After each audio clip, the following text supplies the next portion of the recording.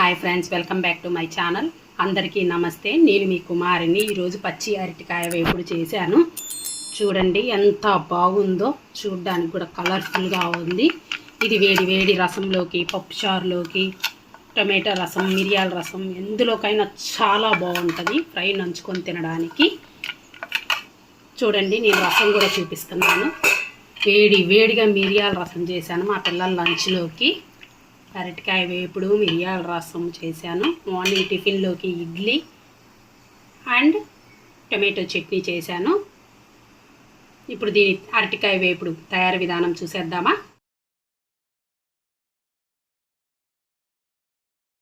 Hi friends, welcome back to my channel.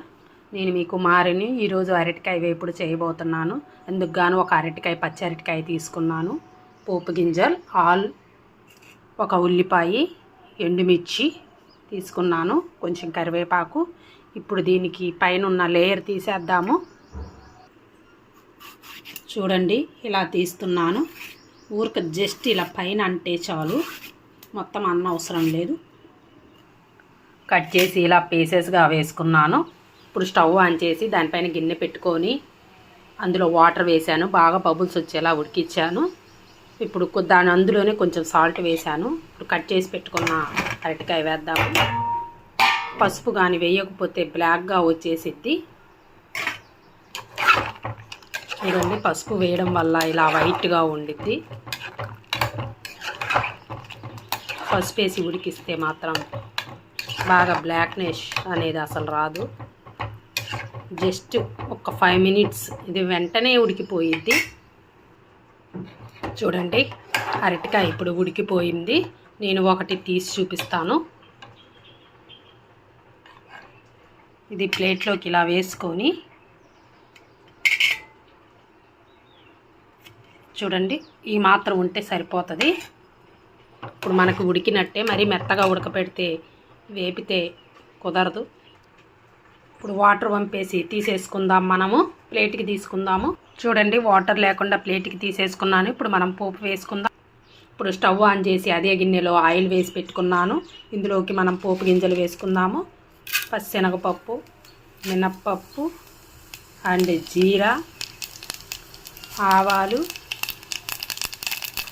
And మినపగుండ్లు వేసుకుందాము. చూడండి, చిటపటమంటున్నాయి.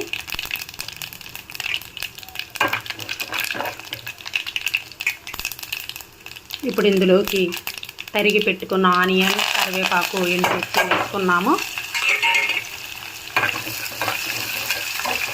Just ఒక సెకండ్ వేగితే సరిపోతుంది.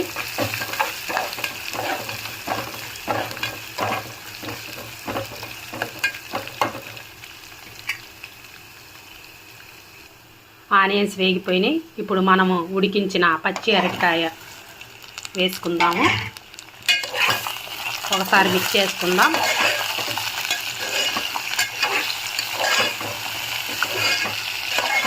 టేస్ట్ అయితే చాలా బాగుంటుందండి. ఇది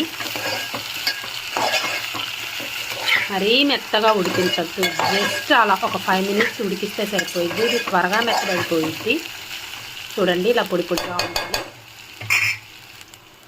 ఇప్పుడు ఇందులోకి తగినంత సాల్ట్ వేసుకోండి. ఉడికించేటప్పుడు ఆల్రెడీ మనం సాల్ట్ వేసాము. కొంచెమే పట్టిద్ది, సాల్ట్ ఎక్కువ పట్టదు. కొంచెం కారం వేసుకుందాము.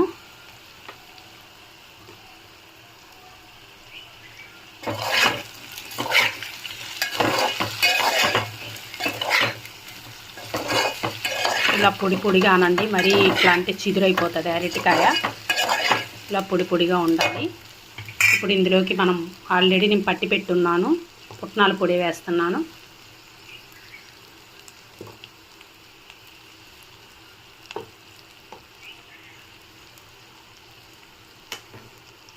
ఒకసారి మిక్స్ చేసుకుందాము.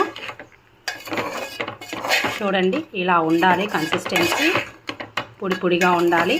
ఇప్పుడు స్టవ్ ఆఫ్ చేద్దాము. రసంలోకి, పప్పుచారు, పప్పులోకి చాలా బాగుంటుంది. మీరు ఒకసారి ట్రై చేయండి. నా వీడియో కానీ మీకు నచ్చినట్లయితే లైక్, షేర్, ప్లీజ్ సబ్స్క్రైబ్ చేయండి. Okay, thank you. Bye bye. Bye friends.